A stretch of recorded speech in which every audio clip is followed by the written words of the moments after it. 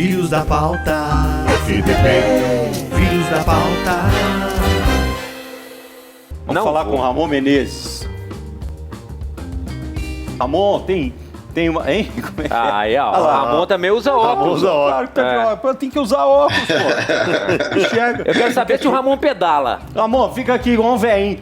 Não consigo enxergar porque eu não tenho óculos. Põe óculos, pô. Ramon Menezes, muito bem-vindo ao FDP. Você está içado à condição de FDP VIP e é muito bom te receber aqui, né? Saber, você vai contar histórias pra gente, tem muita coisa pra gente falar a respeito, mas eu começo perguntando da seleção brasileira, né? Que você convocou aí, hoje saiu, tem a lista aqui. Queria que você falasse um pouco desta convocação da seleção brasileira que vai jogar o Mundial Sub-20 no meio do ano que vem, na Indonésia. Conta pra gente qual é a composição desse time. Bom, primeiro, boa noite, uma satisfação estar falando com vocês. É uma bancada, uma seleção aí, né?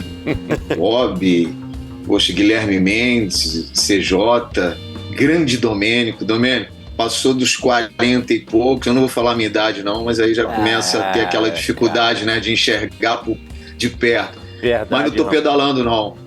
Tá não? Não tô pedalando não. Batendo uma pelada, correndo na praia?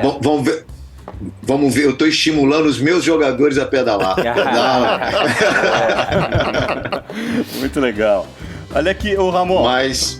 Então, fala pra gente desse time aí, quais são os destaques aqui. Tem jogador do América, tem jogador do Cruzeiro, tem gente do Flamengo, tem o Hendrick aí, né, que é uma grande promessa do futebol brasileiro, é realmente encantador o futebol desse menino. Fala um pouquinho desse time. E a gente está mostrando na tela aí a convocação. Se você está acompanhando pelo rádio, o Ramon também vai falar pra gente aí dos jogadores. Bom, primeiro, o Bob, é uma tomada de decisão, né? Você fazer uma convocação como essa, uma convocação final. Hoje eu pude agradecer todos os atletas que participaram de todas as preparações. Nós fizemos 4 preparações, tá? E nós tivemos a oportunidade de convocar 52 atletas, né? E nessa final nós convocamos aí 22 atletas. Então, assim, todos esses atletas convocados foram muito importantes para que a gente pudesse chegar nesse momento, né? Um momento difícil, né? Mas de definição, né? De tomada de decisão, como eu falei, mas de muita convicção, né? Que nós estamos levando aí 22 atletas. Nós, sem dúvida nenhuma, vamos estar muito bem representados, né? Com esses atletas no Sul-Americano. Esse Sul-Americano que primeiro objetivo é garantir a vaga, né? E aí essa vaga para o Mundial da Indonésia, que vai ser realizado em maio, começo de maio e junho de 2023. Esses atletas, né, eu tive a oportunidade aí de convocar 22 atletas, né? Vocês aí conhecem o Arthur, que é do América, né? O Everton, que é do Cruzeiro, né? Então nós fizemos um mapeamento, né? Aqui na CBF, no nosso departamento aqui, a gente tem o banco de dados com 5, 6 jogadores em cada posição, né? Eu tive a oportunidade aí, como eu falei, de levar 52 atletas, de convocar, e tenho certeza que fizemos aí as melhores escolhas, né? E o Brasil vai ser muito bem representado na Colômbia, no Sul-Americano. Desculpa. Não, vai nessa. Não é porque eu queria pegar carona nessa convocação que você falou. Ramon, CJ falando, prazer falar contigo, muita história como jogador e agora escrevendo mais um capítulo da sua belíssima passagem como treinador agora pela seleção. Você falou aí dos jogadores mineiros. O Kaique, a gente acompanhou na lateral do Cruzeiro, tendo ali uma sequência com o Pessolano pelo lado esquerdo. Desculpa que eu deixei até de falar do Kaique Bruno. Né? O Everton, a gente viu no começo do ano ele algumas atuações no profissional, mas eu queria saber do Arthur. Porque o Arthur, o lateral direito do América, que é muito bom, por sinal, ofensivamente, é um lateral habilidoso, um lateral que chega muito bem à frente, mas acompanhando de perto, e claro que faz parte de um processo de maturação, é muito jovem, tem ali que melhorar, tem que dar uma aperfeiçoada como defensor. E por que eu te pergunto isso? Hoje, na seleção brasileira, Danilo e Alexandro são praticamente mais 2 zagueiros. E jogando na Europa, numa linha com 4, subindo muito pouco. E aí a gente vai para a seleção sub-20, onde você tem um Arthur muito ofensivo, muito bom com as 2 pernas, bola longa, atravessada. Mas como é que é a sua metodologia, a sua ideia pro Arthur já pensando, por exemplo, uma seleção principal? Boa noite, seja bem-vindo. Boa noite, CJ. Primeiro que é um jogador muito promissor, né? Ele é muito promissor. Eu acompanhei bem esse jogador, né, desde o Campeonato Mineiro. Ele entrou em algumas partidas do Campeonato Mineiro. É um jogador ambidestro, tem uma facilidade de jogar com as 2 pernas. Também jogou em alguns momentos pelo lado esquerdo, que isso é muito bom, né? Como você falou, é um jogador muito ofensivo. Isso já faz parte da sua característica. É um jogador muito técnico, né? Um jogador que tem muita facilidade, um jogador muito rápido, né? Muito leve também. E sem dúvida nenhuma que ele tem que buscar, né? Isso aí é o tempo, é o trabalho, né? Também o crescimento também na fase defensiva, já que ele tem muita força, né? Ele também é bom na fase defensiva no 1 contra 1, porque ele é forte, né? Ele tem força e é um jogador que me agradou muito. Ele na convocação para o Uruguai, ele foi muito bem, tá? Na primeira oportunidade que ele teve já no jogo contra a Argentina, ele já entrou e mostrou e não sentiu o jogo. É um jogador que tem muita personalidade, né? Já nessa segunda convocação que ele esteve conosco no Chile, eu já iria utilizado no primeiro jogo. Ele teve um probleminha e não pôde jogar o primeiro jogo. O segundo jogo já jogou, né? E fez tudo aquilo que a gente espera dele, né?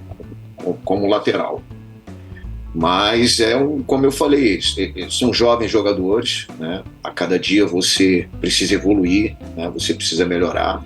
E não é só o atleta, né? Todo mundo, eu como treinador também. Então, é um ótimo garoto, é um garoto que escuta, né? Que eu já vi assim que ele quer melhorar e tem muito talento. Ele tem um talento de sobra. É bom mesmo. Ramon, boa noite, quem está falando é Guilherme, prazer muito grande poder te reencontrar. Eu queria poder te fazer uma pergunta sobre o Endrick do Palmeiras, que está sendo negociado por uma fortuna junto ao Real Madrid. Vocês fazem algum trabalho especial para garantir que a cabecinha do menino não fique deslumbrada? Como é que vocês tratam essas joias que são extremamente promissoras? Existe algum trabalho específico dentro da CBF nesse sentido? Bom, Guilherme, é um prazer estar falando com você, né? Longas datas aí em Minas, né? A gente fica muito pouco com os atletas, tá? Assim, a preparação ela é muito curta, né?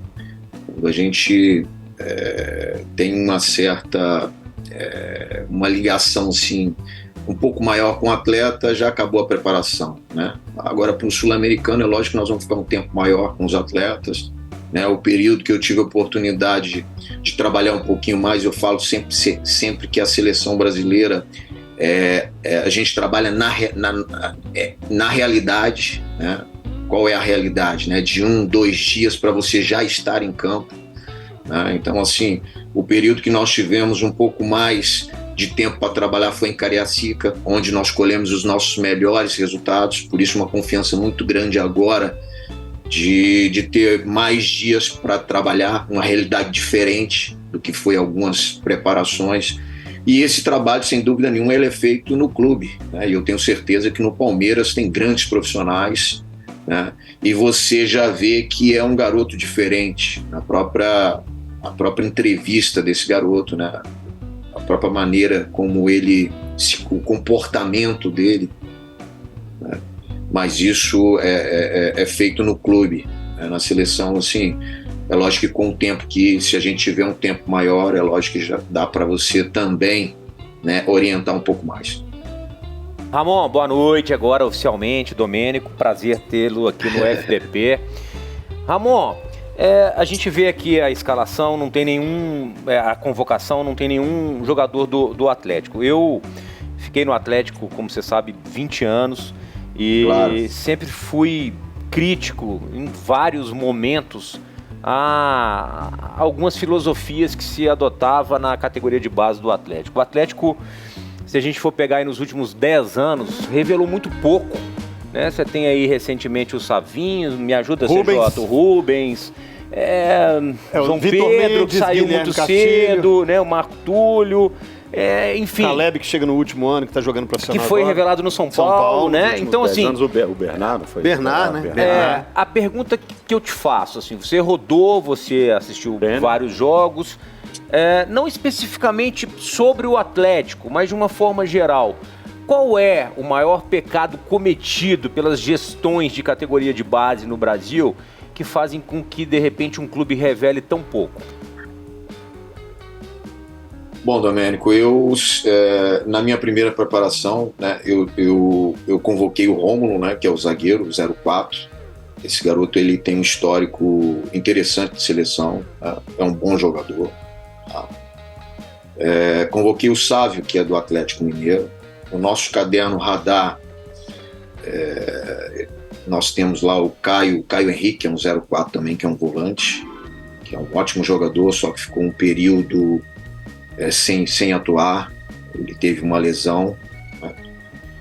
Um jogador que me chama a atenção também é o Vitinho, tá? Só que eu vejo que ele tem que ter uma definição de posição, né? Se é segundo homem de meio campo, se é terceiro, se é o primeiro homem, né? Mas é um ótimo jogador também.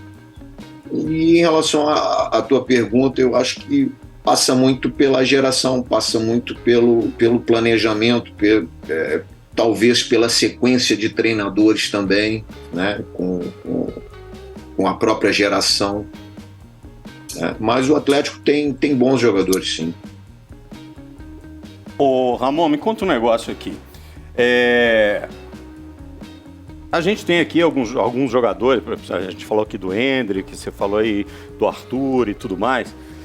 Vitor Roque, né? Vitor Roque, Saiu né? daqui, o Atlético Paranaense. Um touro. Um time, assim, eu fico pensando o seguinte, a gente tem na seleção principal hoje, o Antony e o Martinelli, há 3 anos estavam jogando Copa São Paulo. Estavam jogando Copa São Paulo e agora estão lá e estão jogando Copa do Mundo. Quer dizer, imagina a transformação na vida desses meninos, como foi rápido isso. Você vê nesses jogadores que vão jogar aí o torneio, né? Que é classificatório para a Copa do Mundo e tal, além do Hendrick, algum outro jogador que você possa imaginar que, assim, vai entrar no ciclo para daqui a 4 anos estar jogando Copa do Mundo? Bom, Bob, é muito interessante essa sua pergunta, porque você até falou sobre o Vitor Roque, né? O Vitor Roque, no começo do ano, ele disputou a Taça São Paulo pelo Cruzeiro. Eu acompanhei a Taça São Paulo do Vitor Roque, né? E terminou a Taça São Paulo, já estava entre os profissionais do Cruzeiro, né? E aí começou a jogar e começou a chamar a atenção. Ele veio a primeira convocação que eu fiz, que eu chamei o Vitor Roque lá para Cariacica, ele já me encheu os olhos, né? Um jogador que teve uma evolução assim, num tempo muito curto, né? E hoje é um jogador praticamente titular do Atlético Paranaense, jogou Libertadores, né? E vejo vários desses jogadores, né? Eu vejo vários desses jogadores tendo condições, né, de daqui a pouco de estar no ciclo olímpico, de chegar também à seleção principal, né? Você vê que essa seleção que foi convocada, praticamente todos esses atletas aqui, a maioria deles são jogadores profissionais.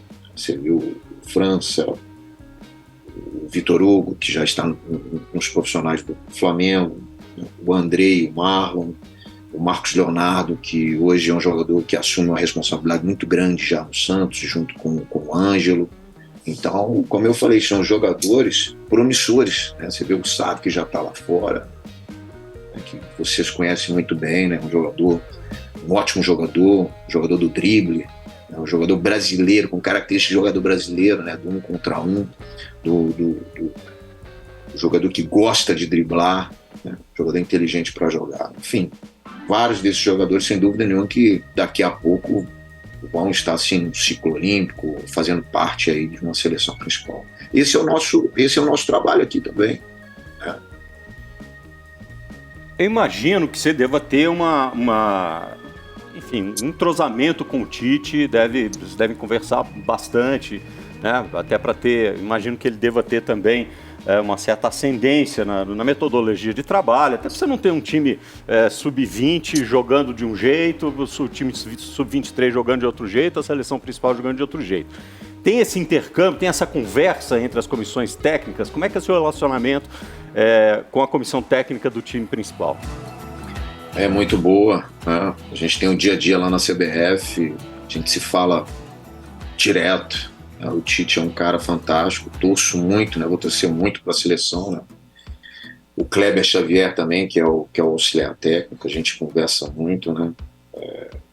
O César Sampaio, um cara que eu joguei contra o César, a gente jogou, mas é um cara também muito inteligente, que a gente conversa muito, né? Todas as preparações, né, que nós fizemos depois, assim, quando eu chego na CBF, assim, eles sempre perguntam, passo um relatório, né, falo dos jogadores também. E esse é o trabalho. Você vê que esses próprios jogadores que você citou, né, oxigenaram a seleção. Então esse é o nosso trabalho. O trabalho da base da seleção principal, da seleção brasileira, é esse, né? Tem que ser esse trabalho, né, de abastecer daqui a pouco o time principal. Maravilha, eu tô achando o César Sampaio legal pra caramba, porque ele dá entrevista, ele tá cheio de... né? E o tanto que sorri. Porra, feliz da vida. Sorri. As valências, porque é o terceiro, porque eu não sei o quê e tudo mais. E tá legal pra caramba. Eu gosto muito do César Sampaio. Aliás, só pra traduzir, é legal, Ramon, porque você falou assim, ele é 04, ele não sei o quê, às vezes o nosso ouvinte fica meio confuso, o que ele quer dizer? São jogadores nascidos em 2004. Isso. Nascidos em 2004, isso. Nascidos em 2004. Então é a nomenclatura do O Hendrick é nascido em 2006, né? Então, Essa geração é 2003, 2004, 2005, e agora nós temos um aí que foi convocado, que é o Hendrick, que é 2006. Maravilha. Eu vou pedir licença a você, já que a gente falou aqui que você tem, né, essa ligação com o Tite deu entrevista coletiva hoje, a gente quer trazer aqui até para você também conversar com a gente sobre os argumentos do Tite, né, se de repente você explica um pouco melhor para a gente. Vamos ouvir aí algumas respostas do Tite na coletiva de hoje? Coloca aí para a gente a primeira. Ele vai treinar à tarde para ter a disponibilidade do jogo, porém, para ir para o jogo. A tendência é não participação, porque não há um trabalho ainda muito forte e são lesões diferentes. E eu tenho que ter o departamento médico e físico também essa situação. São situações diferentes em relação ao Neymar, mas vai depender de hoje à tarde ele estar à disposição ou não. Tá, aí ele está falando do Alexandro, né? E o Alexandro está com essa lesão. Eu pergunto para você, o Ramon, nessa gestão, assim, dentro de um torneio como esse, qual que é o limite de esperar para ver se o jogador se recupera? Você como treinador, até quando você espera para ver se ele vai se recuperar e quem é que influencia nessa decisão, se ele é cortado ou não? Eu acho, Bob, que o último jogo do Brasil foi muito bom. Tá? Então, assim, o último jogo deu uma segurança muito grande, né? E o próprio atleta também, né? Se ele não estiver totalmente recuperado, eu acho que tem uma sinceridade muito grande partindo do atleta. Aí, obviamente, né, a minha outra pergunta é, num caso como esse, o Brasil teve 2 jogadores cortados. É melhor manter o cara no grupo ali ou tal, ele sabendo que não vai jogar, ele acaba jogando a energia um pouco para baixo, é melhor mandar ele de volta para casa? Aí depende da lesão, né? A lesão do Gabriel Jesus, ele já se ele fica, o clube achou melhor, né? Ele já está lá para fazer logo a cirurgia para busca da recuperação, né? O mais rápido possível. E aí depende da lesão, qual é o tipo da lesão. Legal, vamos ouvir a outra sonora do Tite para o Ramon falar e daqui a pouco a gente vai conversar mais sobre outros assuntos com o Ramon. Coloca aí. Eu lastimo muito e não vou ficar fazendo comentários de quem não conhece a história brasileira, a cultura do Brasil, a forma, o jeito de ser de cada um. Então, a esses que têm, um ruído à parte. Eu quero ter a conexão com o meu trabalho, com as pessoas com quem se identificam comigo, com quem se identificam com o trabalho, com sabe do respeito, com sabe da minha história. Então essa que eu fico atenção e dou meu coração. Até porque ela é muito discreta e vai continuar sendo. Vai continuar sendo. Porque eu respeito a cultura e o jeito que eu sou e a equipe que eu trabalho, a seleção com que eu trabalho. Falando nisso em termos de educação, eu vi o Milton Leite ali, a gente estava falando a respeito de Pelé e educação. Eu quero dizer, Milton, que a Thaís, que é professora da Escola de Pauliceia, seguramente nós vamos estar identificando elas. Que também tem talvez uma série de meninos que vai dançar também, porque é a cultura brasileira quando sai o gol. E ela não vai desmerecer nenhum outro, porque é a nossa forma de ser, é o nosso jeito de ser. Em termos culturais, que a gente possa ajudar também na educação dos meninos lá da escola, e nós vamos continuar sendo do nosso jeito. Deixa eu contextualizar isso aí. Ele está falando, obviamente, dessas críticas, bobagens que andaram falando pelo mundo, que o jogador brasileiro está desrespeitando, porque faz dancinha, porque faz não sei o quê. Nós já falamos muito sobre isso aqui, é uma grande besteira, e ele diz que respeita as outras culturas, e a nossa cultura tem que ser respeitada também. Com relação à professora, que ele estava dizendo, o Milton, meu querido amigo Milton Leite, citou essa professora lá do interior de São Paulo, que mostrou para ele que estava usando a Copa do Mundo, e isso é uma das coisas mais legais que tem, usando a Copa do Mundo didaticamente. Então, na Copa do Mundo dá para ensinar sobre geografia, né? Dá para mostrar quais são os países, onde é que eles estão, dá para falar em idiomas, respeito. Dá para falar sobre respeito, dá para falar sobre religião, dá para falar sobre economia internacional, dá para falar sobre um monte de coisas usando, né, o futebol e a Copa do Mundo. Então ele citou essa professora e outras professoras, tantas professoras no Brasil estão usando a Copa do Mundo como um pano de fundo para lecionar. E isso é muito legal. Isso também é uma função do futebol. Educar também é uma função do futebol. Aí eu pergunto para você, depois a gente vai falar de outros assuntos, Ramon, e passar a bola para os nossos amigos aqui, o seguinte, até que ponto você acha que os jogadores podem ser doutrinados, ou na base, em qualquer outro lugar, para reprimir, né, um determinado sentimento? Ou isso não tem que ser feito mesmo, deixa os meninos fazer o que eles quiserem?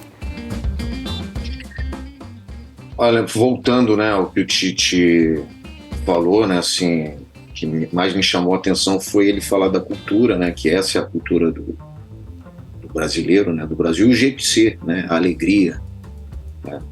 Eu acho que na base, em relação a você fazer um gol, né, tem coisas que você pode, aquilo que nós falamos até em relação ao que você me perguntou, até em relação ao Endrick, né, voltando lá no Endrick, né, eu acho que o clube ele tem uma responsabilidade muito grande, né, mas ao mesmo tempo ele tem que entender a juventude, ele tem que entender o jeito de ser, né, a alegria que é o futebol também. Então, eu tento que passa por aí. Deixa os caras. Você fazia gol também, você fazia o quê? Você tirava a camisa, saia correndo? Pô. Saía correndo no Atlético, então, meu Deus do céu, quando eu fazia um gol, até o Domênico entrava em campo. O Domênico é meio metido a boleiro. Se deixar, ele entra pra jogar. Aliás, daqui a pouco... Eu e Ramon no meio, já pensou? Já pensou? Tá louco. Você ia carregar muito pior. Que isso. Muito bem, estamos conversando hoje aqui com o Ramon Menezes, técnico da Seleção Brasileira de Base, que vai disputar aí o torneio classificatório, né, para a Copa do Mundo Sub-20. Eu já tomei uma bronca dos meus amigos aqui, diz que eu tô falando pra caramba hoje. Tá falando demais! Eu não vou falar mais. Já conheço. Fala, Gui. Ramon, eu queria que você falasse um pouco mais sobre esse campeonato sul-americano que vai ser realizado na Colômbia. São quantas seleções que participam? Quais devem ser as mais fortes que estarão buscando as vagas? E são quantas vagas para o Mundial que a gente vai ter na Indonésia? São 10 equipes, né? São 10 equipes, os 10 países sul-americanos. Nós já tivemos a oportunidade de enfrentar alguns deles, né? Nós enfrentamos no torneio em Cariacica, nós jogamos contra o Paraguai, nós jogamos contra o Equador, nós jogamos contra o Uruguai e fomos para o Uruguai também, né? Enfrentamos a Argentina, enfrentamos novamente o Uruguai, e agora nós tivemos a oportunidade de jogar contra o Chile, fazer 2 jogos contra o Chile. São todos adversários difíceis, tá? Sim, é um campeonato. Eu já tive a oportunidade de jogar um sul-americano vestindo a camisa da seleção brasileira, né? Disputar um sub-20. Eu tive a felicidade, né, de ser campeão sul-americano na Venezuela em 1991, né?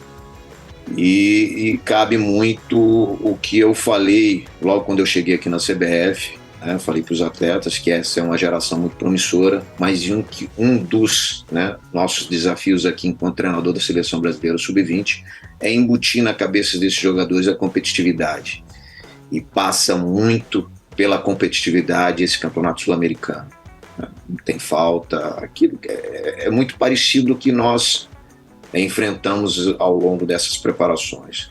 Segue o jogo, né? Então o nível de concentração tem que estar elevado, né? Assim, a competitividade, né? É um campeonato muito difícil. E são quantas vagas, Ramon?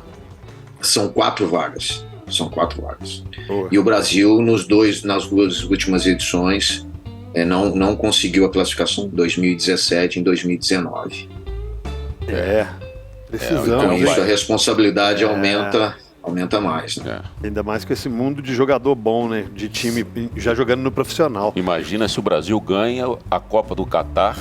E depois... A expectativa que vai se criar em cima dessa geração que está nas mãos do Ramon. O Ramon, é justamente sobre isso, essa palavrinha aí, geração. Pois não, pode falar. A expectativa, ela sempre é criada, né? Independente do Brasil. Só de você estar vestindo a camisa da seleção brasileira e tendo uma geração como essa, né? Uma geração muito promissora, né? Com grandes jogadores. Você falou que já vestiu, já teve a oportunidade de disputar, né, sul-americanos com a camisa da seleção brasileira, e eu quero saber de você sobre geração, sobre diferenciação. É óbvio que todo treinador precisa da parte técnica, da parte tática, mas precisa do vestiário. O que você vê de diferença para essa geração de quando você era atleta? É uma geração, eu não gosto de usar essa palavra não, mas é que o mundo fala, eu não gosto. É uma geração mimizenta? É uma geração mais delicada? É uma geração de difícil, de fácil lidar? Como é que é a gestão de grupo dessa geração? Bom, a minha relação com os atletas, ela sempre foi muito boa, tá? Desde a minha chegada na seleção. São jogadores muito inteligentes, são jogadores de fácil contato, assim, pega muito fácil, tá? Que você passa em relação à parte tática, são jogadores inteligentes, né? São jogadores... Hoje, o jogador está muito mais preparado do que antes, né? Eu vejo que é uma geração muito inteligente e já tem jogadores dessa geração, né, que já vem aí desde o sub-15, né, já tem aí um histórico muito bom de seleção brasileira, que isso também ajuda muito. Zip pra mim. Ô Ramon, Fala, Dodô. eu vou ler uma escalação pra você aqui, você vai me dizer se foi um dos melhores times que você jogou na sua vida, embora não tenha sido campeão. Veloso, Baiano, Marcelo de Jean, Álvaro e Felipe, Gilberto Silva, de Jair, Ramon e Valdo, Guilherme e Marques. Esse time que encantou o Brasil em 2001 perdeu naquele jogo da chuva em São Caetano. O Atlético certamente... E estava dando um chocolate no São Caetano ali. A gente perdeu com 2 cruzamentos. Eu brinco muito com ele, do Mancini para o Magrão. O Atlético certamente seria campeão brasileiro em 2001. Tinha o Atlético Paranaense do Geninho ali muito bem. Mas eu acho que não tinha time para bater o Atlético. Foi um dos melhores times que você jogou? Me fala sobre aquele time, porque eu acho que aquele time bate cabeça com o time de 2013, campeão da Libertadores, do Atlético, e o de 2021, campeão brasileiro. Ali foi um grande pecado, né, Damir? Ali, no começo de 2001, eu tinha sido emprestado ao Fluminense. Eu fiquei 3 meses no Fluminense e dentro desses 3 meses eu fui convocado para a seleção brasileira. E aí terminou o meu empréstimo e aí tiveram algumas oportunidades para que eu saísse do Atlético. E quando eu voltei a Minas, sentei com o Calil, olha, eu não vou te liberar, eu estou fazendo um time aqui para a gente ser campeão brasileiro, e de fato aquele time tinha tudo para ter sido campeão brasileiro, sem dúvida nenhuma. Foi uma das melhores equipes que eu atuei, né? Guilherme, Marques, uma fase fantástica. Hoje, para você ver como é o futebol, né? Hoje o Dejaí faz parte da comissão técnica da Sub-20, né? Um cara que eu tive a oportunidade de jogar com ele no Sub-20 da seleção brasileira, enquanto atleta. Joguei no Atlético Mineiro, também nesse time que você Que jogador, hein, falou. Ramon? Que volante, hein? Um ótimo jogador. Que jogava o Ramon, o Dejaí. E eu vi o Dejaí jogando no Sub-20, né? Para você ver. Né? O Dejaí, depois do Mundial em Portugal, ele foi para Lazio. Ele foi vendido por $1 milhão naquela época. $1 milhão naquela época tinha que ser muito bom para ser vendido por esses valores. Mas sem dúvida nenhuma, Domênico, foi uma pena, né? Eu acho que... E aquela equipe também, depois a gente tinha que ter tido uma sequência, né? Ficar mais tempo também, porque ia bater um título importante aquela equipe. Amor, vendo aqui todo o seu currículo, você começou no Cruzeiro, participou da campanha daquelas 2 Supercopas da Libertadores em 91 e 92, teve uma passagem excelente no Vitória, foi para o exterior, jogou na Alemanha, jogou depois no Vasco, que tinha um timaço, enfim. Jogou no Atlético, nessa grande equipe também de 2001, Fluminense, Vasco de novo. Qual foi o seu grande momento como jogador, quando você olha assim na sua linha do tempo e fala, esse aqui foi o momento em que eu mais estava por cima, que eu mais pude performar? Bom, primeiro que eu não posso deixar de falar do Cruzeiro, né? Que o Cruzeiro fez parte de tudo isso, né? O Cruzeiro, ele me abriu as portas, né? Para que eu pudesse ser um atleta profissional. Então eu devo muito ao Cruzeiro. Eu queria muito ter feito o que eu fiz em várias equipes no profissional do Cruzeiro. Eu queria ter feito no Cruzeiro o que eu fiz na base. O jogador que eu fui na base, eu queria ter sido no Cruzeiro, mas enfim. E depois eu joguei por diversas equipes, né? Tive uma grande fase aí no Atlético Mineiro, em 2000 e em 2001. O Vasco tem uma importância assim, gigantesca na minha carreira, porque no Vasco eu tive a oportunidade de ganhar os maiores títulos da minha carreira, né? Libertadores, Campeonato Brasileiro. Tive também a minha primeira passagem no Vitória, em 93 jogos, eu fiz 53 gols com a camisa do Vitória, e aí depois fui vendido para o Bayer Leverkusen. Então, assim, difícil, assim, depois do meu retorno ao Vasco em 2002, talvez ali foi o meu melhor momento técnico, físico, de entendimento do que se passava.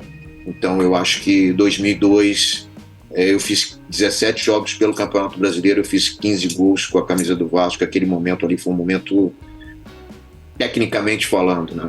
Assim, um momento mágico, assim, para mim. Embora eu não fui campeão em 2002. E recebeu a bola de prata nesse ano. Aquele campeonato foi... Tô falando assim, individual, né? Assim, agora eu fiz parte de grandes equipes, né? Aquela equipe do Vasco em 2000, aquele Mundial também. Nós disputamos 2 mundiais e não tivemos a felicidade de ganhar um também. Isso te deixa muito chateado, né? Fiz parte também mas a história é para contar, de grandes né? equipes. Justamente. Deixa eu te perguntar um negócio aqui. Desses jogadores de meio de campo que você convocou, Andrei Santos, o Marlon Gomes, o Matheus França, o Ronald e o Vitor Hugo, quem se parece mais com o Ramon Menezes? Se é que alguém se parece. No estilo de jogar, enfim, te lembra? Bom, o Vitor Hugo, embora seja canhoto, assim, tem uma característica também, um cara que enxerga muito bem o jogo de frente, né, que pisa na área também, que finaliza, né? Eu era um jogador assim, né, um meia que gostava de fazer gol, que pisava na área, né, que tinha na bola parada um dos pontos fortes também, trabalhava muito em relação a isso. Domênico, ele viu, né, o quanto a gente trabalhava, né, depois dos treinamentos, né, cobrança de falta, e chegava no jogo, as coisas aconteciam. Ô Ramon, falando um pouquinho do Dejair aí que você falou, o Dejair é um convidado que a gente tem aqui para as próximas semanas. Você, por favor, fale do nosso programa ao Dejair, tá? Fala pra ele que é bom. Para ele poder estar aqui com a gente na semana que vem ou na outra. Você, por favor, recomende o nosso programa a ele. Queria que você me falasse um pouquinho sobre o jogo de amanhã, Brasil-Croácia. Qual é a sua expectativa? Você acha que vai ser um jogo truncado? Você acha que vai ser um jogo aberto? Você acha que o Brasil vai partir para cima? Como é que você está prevendo esse jogo de amanhã aí? Eu acho que a minha expectativa não, né? A expectativa de todos nós, né? E criar expectativa é sinal que você está bem, né? Então, quando cria-se uma expectativa, é sinal que você está indo bem. E a seleção está criando essa expectativa, criou essa expectativa. Eu vejo o Brasil muito forte.